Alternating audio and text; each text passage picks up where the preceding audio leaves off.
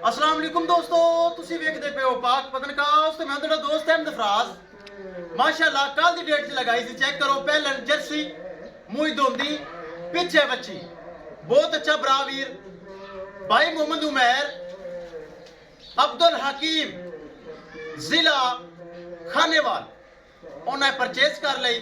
किसी ब्रावीर नूं जानवर चाहिए होवे बाएतमाद भरोसे नाल और गारंटी नाल परचेज कर सकता है। दोस्तों पाक पतनकास गारंटी वाला चैनल, भरोसे वाला चैनल, एतमाद वाला चैनल।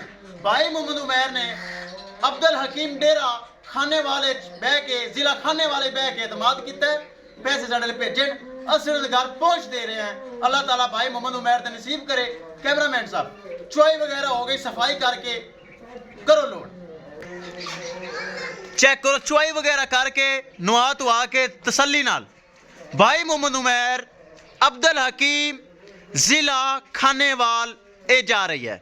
अल्लाह ताला सोना रब मालका दे नसीब करे। कल दी डेट लगाई सी ते चेक करो माशाल्लाह जा रही। पाक पतनकास यही चीज़ जे बरामद सामने जो जानवर लगता है सेल होंदा है, ताकि गारंटी वाला चैनल, भरोसे वाला चैनल और एतमाद वाला चैनल। ले चलो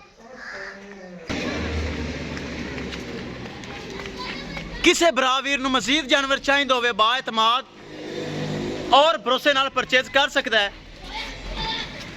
लोकेशन अड्डा बुंगा हयात, तहसीलो जिला पाक पतन शरीफ।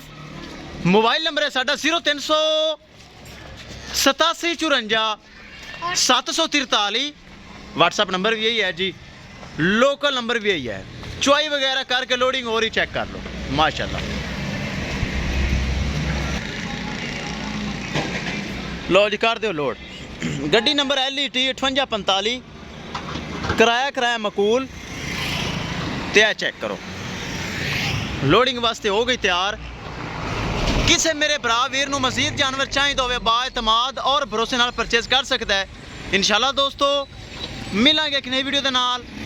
अपने फराज दोस्त नूं दिओ इजाजत। अल्लाह निगहबान।